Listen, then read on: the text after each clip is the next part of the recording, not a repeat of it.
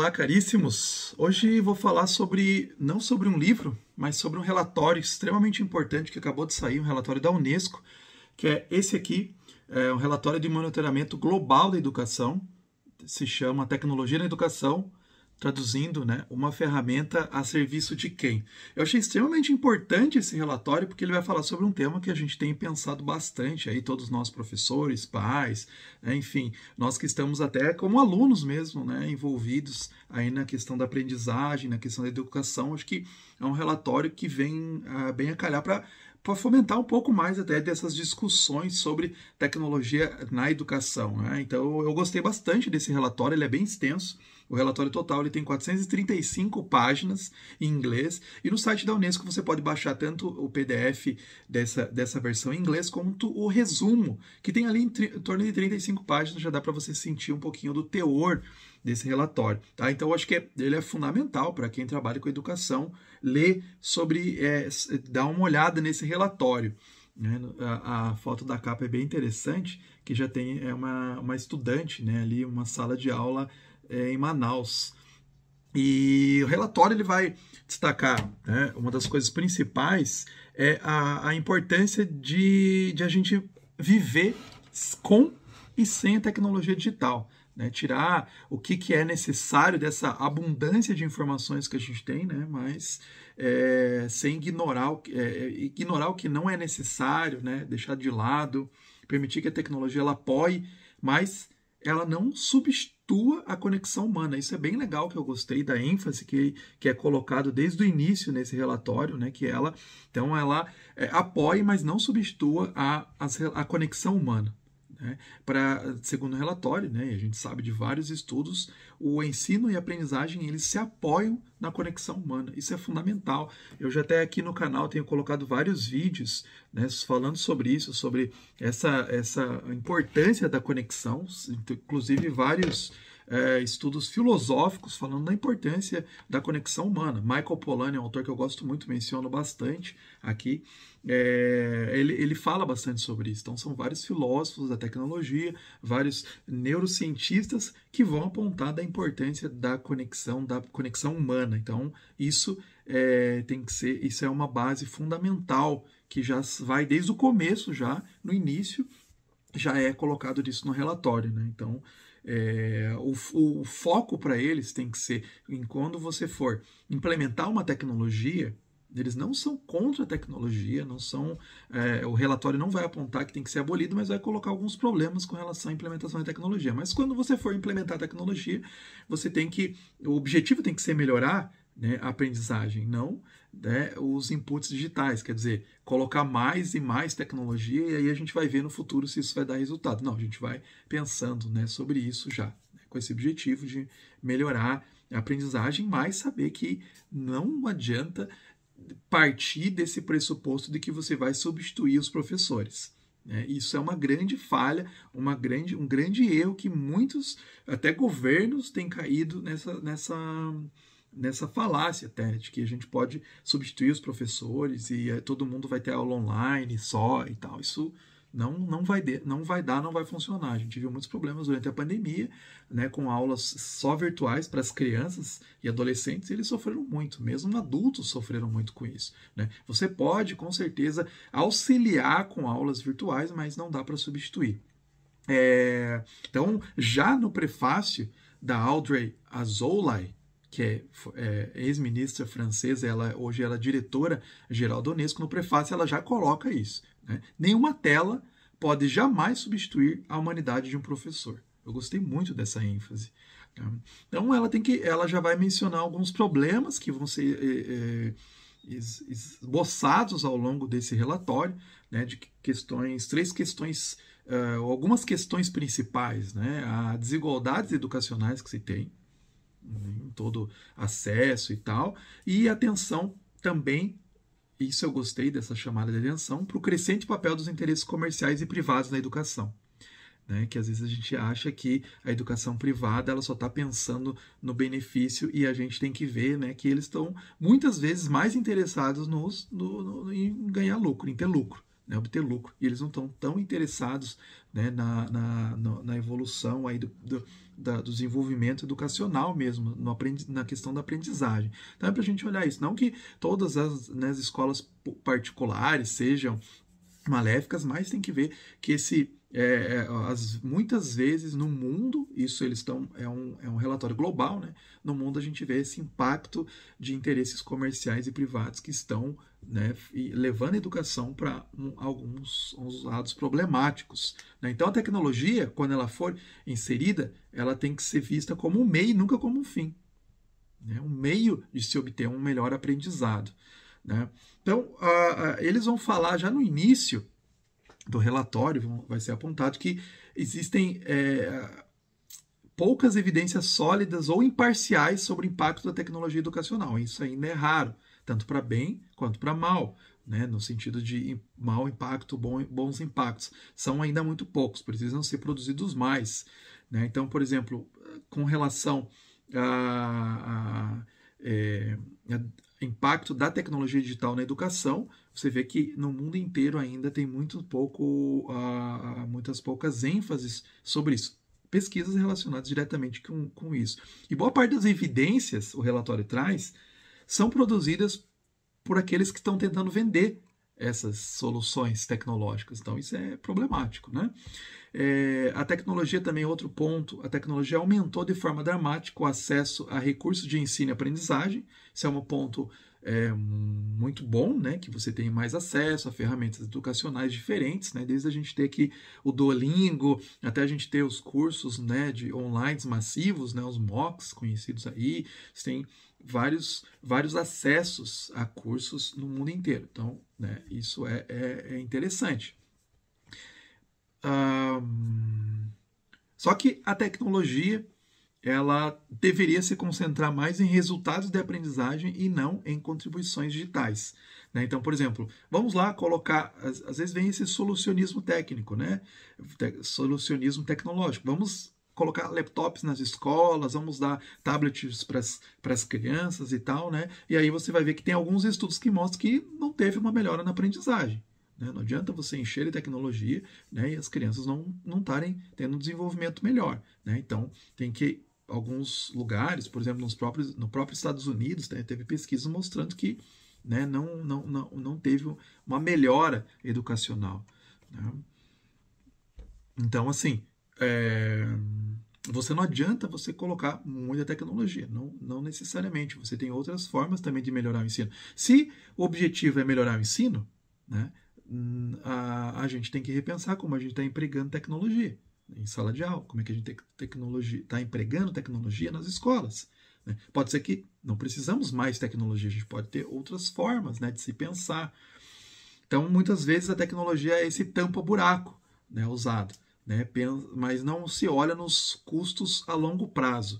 O relatório vai bater bastante nessa tecla de olhar, né, nos custos a longo prazo, não só nos custos financeiros, né, mas nos custos, por exemplo, custos ambientais. Sabe-se com maior utilização de tecnologia, maior utilização de eletrônicos, maior tem um custo para o planeta, né, para estimativas de emissões de gás carbônico, né, de gases responsáveis pelo efeito estufa, aumentam com a produção de tecnologia, né? Então, por exemplo, tem um estudo lá que mostrou que se você aumentasse a vida útil dos laptops na União Europeia em um ano, isso equivaleria a tirar quase 1 milhão de carros de circulação, né? Olha só o impacto que você tem de você deixar de ter, por exemplo, a obsolescência programada, né? Porque é um investimento grande. Se você investe em tecnologia educacional, você sabe que, né, daqui 5 anos, 10 anos, esses laptops,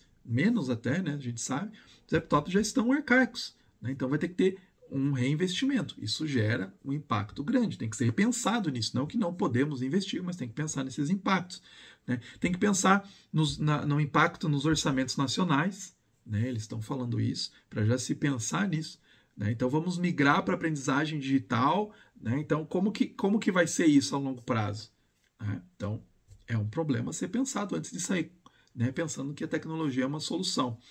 Pensar no bem-estar das crianças é fundamental também, né? Porque a gente sabe que tem muitas escolas que têm proibido smartphone. Eu sou a favor, inclusive, de proibição do smartphone nas escolas, né? Porque traz muitos problemas, né? Eu também tenho vários vídeos aqui no canal falando sobre os problemas com relação à tecnologia, né? A Fábrica de Cretinos Digitais é um livro, o livro da Shoshana Zuboff, né, a Era do Capitalismo de Vigilância. Então, vários estudos, iGen, da Jean Twenge, vários estudos que vão mostrando que tem um efeito negativo nas crianças, os smartphones. E aí você vai colocar mais tecnologia, né? As crianças têm mais tempo de tela, é problemático, né?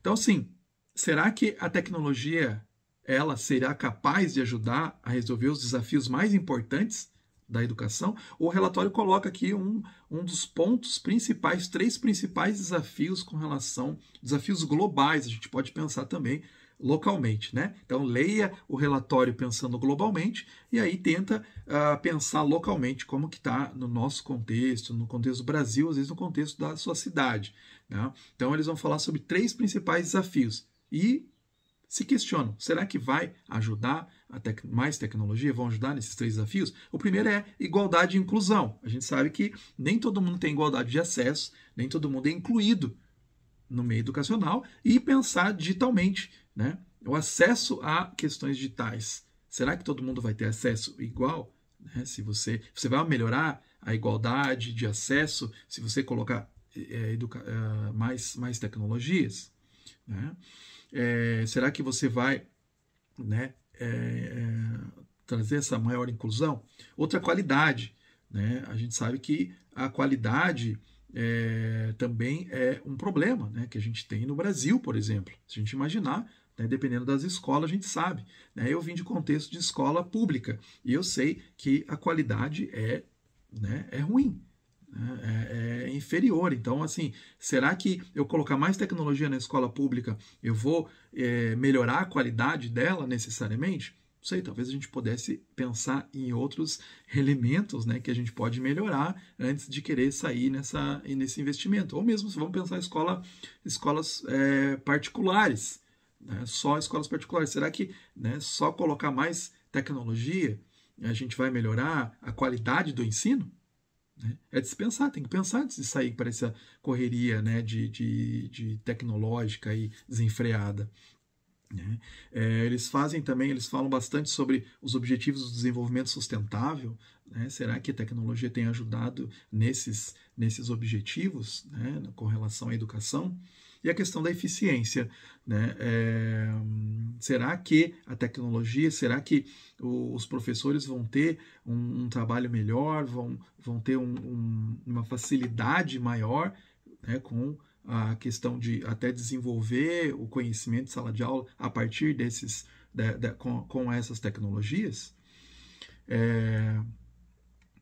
Deixa eu ver qual outros pontos. Tem um ponto também que é bem interessante. Ele tem um quadro, num certo momento, onde faz especificamente referência à inteligência artificial generativa. Né? A gente pode exemplificar com o ChatGPT. Né? Então, eles vão se relatar sobre isso. Né? Será que, olha, né, tem um potencial transformador na educação? Né? E eles vão falar que ao longo da história foi usados muitos sistemas inteligentes de instrução, né, de monitoramento, de progresso, né, de mostrar os erros dos estudantes e tal, né, através ali de feedbacks e tal. Né? Então isso não é novidade, vem sendo ampliado. Claro que agora foi um salto gigantesco. Há também, né, alguns pontos que podem acontecer a inteligência artificial a ajudar, né, como apoio a trabalhos escritos, né, incluindo, por exemplo, identificação de plágio, mas também, né, a gente sabe aí, eu já estou convivendo com isso em sala de aula, dos alunos usarem isso para fazerem, né, usarem o ChatGPT para fazerem trabalhos. Né? Então a gente vê que a tecnologia, ao mesmo tempo que ela facilita, o próprio ChatGPT, né, essa inteligência artificial generativa, ela facilita em alguns momentos, né, eu sei de professores de física, de engenharia que usam, né, para cálculos e tal, até para fazer códigos, né? Ok, né? Eles usam de maneira muito bem, mas o problema é o impacto que isso tem de tornar o aluno preguiçoso, por exemplo, de tornar o aluno que ele não vai, né, buscar aprender, porque já está ali dado. Então, por que eu vou aprender isso? Eu vou lá e uso ChatGPT e está resolvido. Isso é um problema bem sério, né, que a gente tem que pensar. Então, as potenciais implicações para a educação são muitas, né? A gente ainda tem bastante a se pensar nesse sentido. Então, assim, a gente vê que a promessa, né, de que a inteligência artificial generativa vai trazer uma revolução na educação, realmente ela tem trazido talvez uma revolução ruim, né, um ponto negativo com isso. Então, vamos avançar, vamos inventar muitas tecnologias, vamos colocar a tecnologia em sala de aula, mas a gente tem esses impactos negativos. A gente pode usar, inclusive, o ChatGPT, né, de maneiras boas. Isso cabe a cada professor pensar como usar o ChatGPT, né, para bem, ou se não vai usar de forma nenhuma, né, vai proibir seus alunos de usarem, né, mas é um grande desafio, né? Então, tem uma necessidade, no geral, de se refletir sobre o que significa ser uma pessoa bem educada nesse mundo que a gente está, né, moldado pela inteligência artificial, né? Então a gente precisa pensar mesmo, né, como que a formação dos alunos, formação dos professores, como eles vão agir, né, com as questões de plágio, de cópia, de usar a inteligência artificial a todo momento, né, como se eles devem usar só como uma ferramenta, né, de apoio mesmo, pode usar para tudo. Então, realmente, isso é uma coisa que a gente tem que se pensar, e isso tem que partir uma formação desde o ensino básico, né, que a gente tem que começar, porque os alunos, né, vão brilhar o olho lá, né, quando eles descobrem que o seu trabalho lá que o professor pediu, professor de história, por exemplo, né, pediu lá, e eles podem simplesmente fazer o ChatGPT fazer por eles, né? A gente precisa mostrar para eles, né, e desde o início, os impactos disso, né, e mostrar que isso vai gerando, né, uma preguiça intelectual, isso vai gerando um grande problema que a gente vai ver daqui a uns anos, que vai ter uma bola de neve que vai gerar, né, que os alunos vão ser muito impactados com isso, né, que vai ter muitas defasagens de aprendizagem, porque eles vão simplesmente olhar, se aproveitar aí de um ChatGPT da vida, né? Então, assim, uma das coisas que o relatório traz é que o uso de tecnologia em sala de aula pode trazer uma grande distração, né? Qualquer tipo de tecnologia que você for usar em sala de aula. Então vamos usar o celular só como, né, ou o smartphone, ou o tablet e tal, né, o laptop, só como uma ferramenta em sala de aula. A gente tem que pensar que nenhuma ferramenta é neutra, tá? Nenhuma tecnologia é neutra. E o relatório coloca isso que eu gostei muito, né? Não existem ferramentas neutras. A gente acha que a gente pode moldar em sala de aula, mas pode moldar, né, a utilização dessas ferramentas. E à medida que a gente traz para a sala de aula a utilização disso, a gente tem que estar preparado para os impactos negativos que elas podem trazer. Até você pode empregar elas, mas isso exige um planejamento, pensar bastante, refletir bastante antes de se colocar, porque pode trazer um impacto bastante negativo. Por exemplo, questão da distração, né, de sala de aula. Então, muitos estudos vêm trazendo isso, mostram o impacto da distração. Muitos professores ao redor do globo vêm apontando isso já, né? Então, a gente precisa desenvolver habilidades digitais, tanto em professores quanto em alunos, estudantes. Isso desde a mais tenra idade, né? Não estou dizendo que lá a criança com 5, 6 anos, né, nós vamos aqui aprender como que é, né, aquela educação digital já vai introduzindo.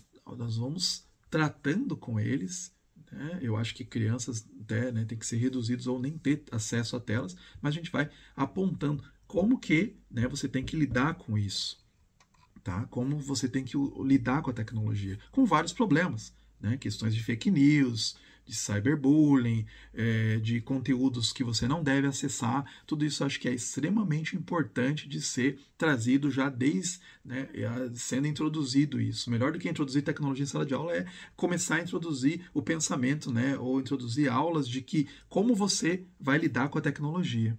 Então tem problemas de riscos de privacidade, né? O tempo de telas tem aumentado bastante, o tempo de exposição das crianças à tela, então a gente ainda vai trazer mais tecnologia para as crianças terem mais telas. Então eu acho que, né, é um problema aí a ser pensado, o relatório traz, né? Então, recomendações aqui, né, caminhando aqui para o final do relatório, algumas recomendações, né, que ela tem que ser um meio de entrega, né, não tem que ser um fim em si mesmo, a tecnologia, né, ela é uma habilidade, a tecnologia, né, então os estudantes têm que adquirir essa habilidade, então a gente precisa ensiná-los a lidar com as tecnologias em diferentes níveis, na educação básica, depois até a superior, né. Ela pode ser usada como ferramenta de planejamento em vários níveis, inclusive a nível nacional, né? A tecnologia pode ajudar bastante nesse sentido, mas ela tem que também pensar no seu contexto social, né, que ela está vivendo.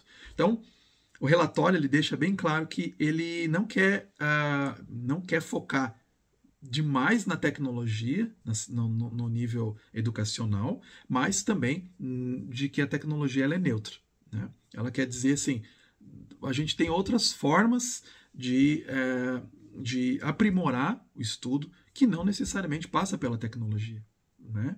E pensar que quando você está empregando uma tecnologia, essa tecnologia não é neutra, ela vem com uma série de questões, né? Tem um monte de coisa por trás quando você coloca um celular em sala de aula, um laptop ou um tablet, né? Então são quatro dilemas fortes aí, né? A questão que tem que se pensar nessa dimensão social da educação, né? De que a importância das crianças terem acesso, contato com outras pessoas, terem contato com os professores, isso é bastante importante, então tem que ser ressaltado isso. Não dá para a gente substituir isso, né? Jogar para fora isso. Tem que se pensar que normalmente ressalta novamente, né, esse ponto de que a esfera comercial e os bens comuns caminham em direções diferentes, tá? O que às vezes o mercado educacional está pensando e os bens comuns, né, desenvolvimento pessoal, eles estão em caminhos diferentes. Tá? Não que o mercado não possa pensar em aperfeiçoar e tal, mas você tem que ver que eles estão pensando primeiramente em lucros, né? Então tem que tomar cuidado quando você implementa uma tecnologia, né? Então tem que se pensar isso, né? Que a tecnologia não é salvadora, que ela não vai substituir mão de obra. Às vezes alguns governos colocam, a gente está substituindo os professores, né? E tal, deixa lá, está substituindo. Isso é um grande tiro no pé, um grande problema. Se essa for, né, a intenção por trás, é problemático, seríssimo, né? Não é. A tecnologia tem que ser um auxílio e não o substituto, né, do professor. Tá? E a gente tem que lembrar disso, o relatório traz. Nem toda mudança constitui progresso. Isso é muito legal, né? Então, quer dizer, o fato de que algo pode ser feito não significa que ele deve ser feito. A gente viu isso com a bomba atômica. Tá falando bastante hoje em dia, né, nesse contexto, saindo o filme Oppenheimer, tá falando, a gente percebe lá, porque a gente pode fazer uma bomba, a gente vai fazer. Então, a gente pode colocar um monte de tecnologia na sala de aula, então a gente deve fazer? Não. Não é por isso, porque a gente tem essas tecnologias que a gente deva fazer isso. A gente tem que analisar, né, a implementação de tecnologia. A gente tem que analisar tecnologia caso a caso e pensar, isso aqui vai ajudar realmente ou não, né? Então, a gente precisa... O relatório tem esse grande impacto, assim, que eu gostei bastante, essa grande pegada. Não é ludita, não quer acabar com a tecnologia, mas ela mostra alguns pontos. A tecnologia não é neutra, a tecnologia tem interesses por trás, ela tem um impacto por trás quando ela é inserida, né, no ambiente. Então a gente tem que pensar isso, relevar isso, né? Será que essa tecnologia específica ela é apropriada para o meu contexto, né? Se eu, como uma pessoa que vai estar participando da implementação disso, né, se eu sou um professor, um diretor, um ministro, né, ela vai ser boa para o meu contexto? Ela vai ser boa para os estudantes? Né? Quais são os impactos? Né? Inclusive se ela é sustentável. Sustentável em questões ambientais também, questões, né, de você trazer o bem ali naquelas questões do desenvolvimento sustentável. Então tudo isso tem que ser pensado. Eu acho que isso é o grande potencial desse relatório. Eu falei só alguns pontos principais, tá? Como eu disse, o relatório é bastante extenso, vale bastante a pena ele ser estudado e analisado, né? Eu acho que podia ser traduzido inteiro esse relatório, porque ele é bastante importante de a gente trazer essas discussões para a sala de aula, para os nossos contextos educacionais, para a gente pensar mesmo, às vezes, como professor, né, autônomo ali, às vezes, que pode trazer a tecnologia para a sala de aula ou não. né? Como que a gente está fazendo isso? Né? Como que isso tem impactado na aprendizagem dos meus alunos? Como isso tem me afetado? Como isso tem afetado nos nossos filhos? Como isso tem afetado na sociedade? Né? Então, acho que a gente tem muitas ferramentas interessantes aí para a gente pensar sobre o impacto da tecnologia na educação. E eu acho que essa ferramenta aqui, né, esse relatório, ele veio a somar nisso, né, trazer alguns dados bem importantes, né, porque muitas vezes tem sido colocado a tecnologia como a grande salvadora dos problemas educacionais, né, que a gente tem, para não falar outros problemas, né, e a gente vê que tem alguns problemas e a gente precisa pensar. Então fica aqui a recomendação desse relatório, tá? Dá para baixar lá no site da Unesco. Então você tem inglês completo, né, com 435 páginas, e você tem também um resumo lá desse relatório de monitoramento global da educação, né, chamado Tecnologia na Educação, uma ferramenta a serviço de quem? Vale a pena ler e discutir.